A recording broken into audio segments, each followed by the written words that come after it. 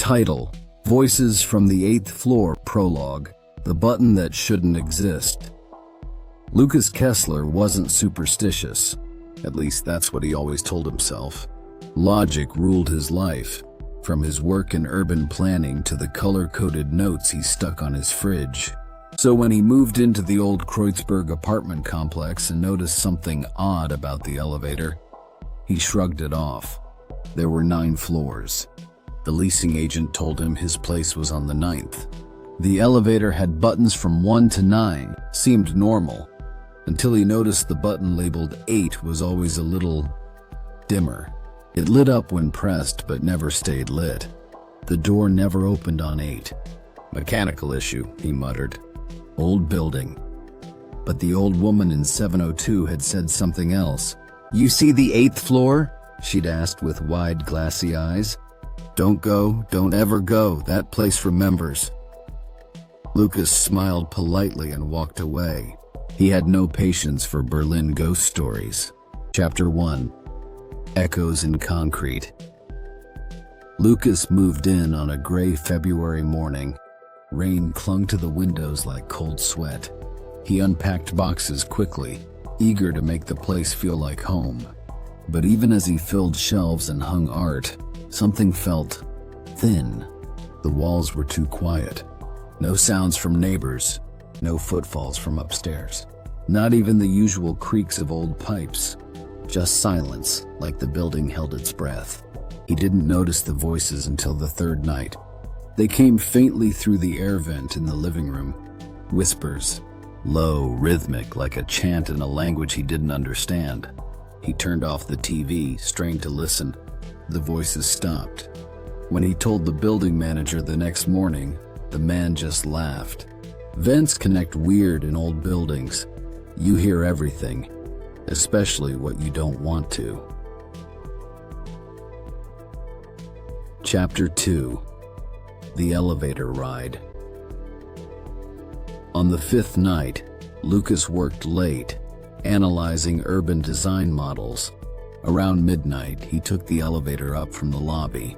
Alone, fluorescent lights flickered as the car rose. Ding. Floor 3. Ding. Floor 5.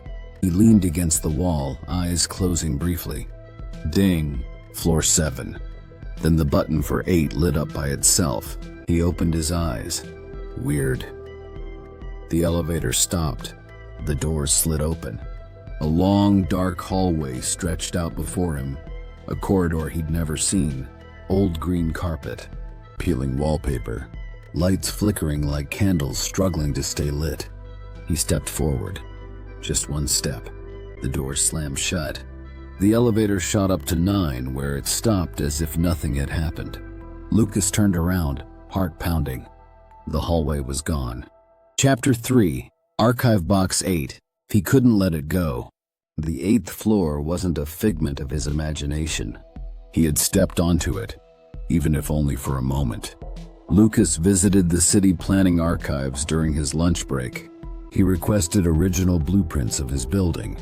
The archivist hesitated, but handed over a yellowed folder labeled Schönhauser Allee 17, 1976. Blueprints revealed something stunning. There was once an 8th floor, 5 units, labeled 801 through 805. But a fire report from 1981 noted a full structural condemnation and emergency removal of the floor. Not ceiling, removal. He scanned every inch of the file. A photo of a burnt corridor. A handwritten note. They said it was the gas line. But gas doesn't whisper. It screams. Lucas copied everything and brought it home. Chapter 4: Sleep. Interrupted. That night his sleep was restless. He woke up to scratching. Inside his closet, he opened the door. Nothing.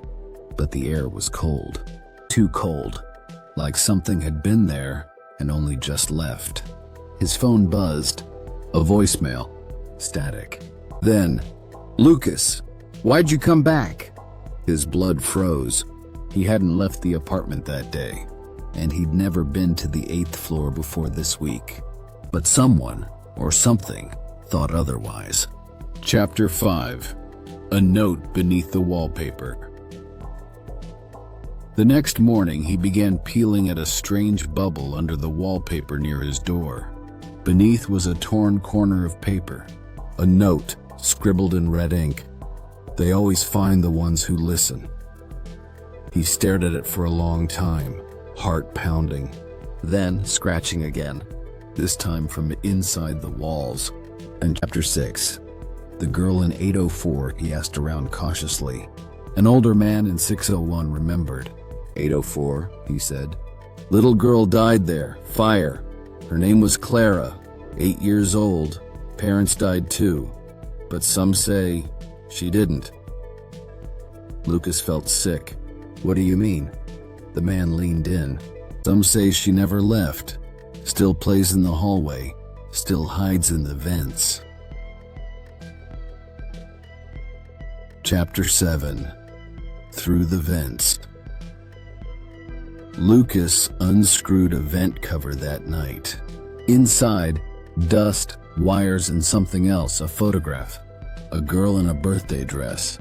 Cake. Balloons. Room 804 written on the back.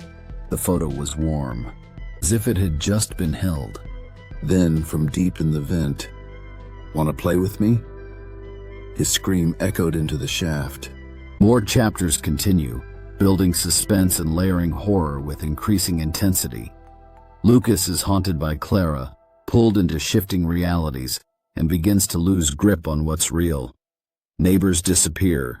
Rooms change shape. Mirrors reflect wrong moments.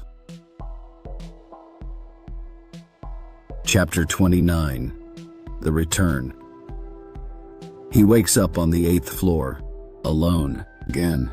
This time, he walks the full length of the hallway. Doors open and close. Behind one, his own face. Behind another, a room full of ash. Behind the third, Clara. "You're not supposed to be here," she whispers. "But I am," he says. She smiles. Sadly. "Then you always were." Chapter 30. Exit. No exit. Lucas finds the elevator again. It waits. Doors open. He steps in. He presses 9. It doesn't light up. Only one button glows now. 8. Epilogue. Floorless, a new tenant signs the lease. Apartment 902. He steps into the elevator. "Strange," he murmurs, staring at the faintly glowing button marked 8. He presses it. And somewhere, in the forgotten blueprint of the building, something wakes up again. The end.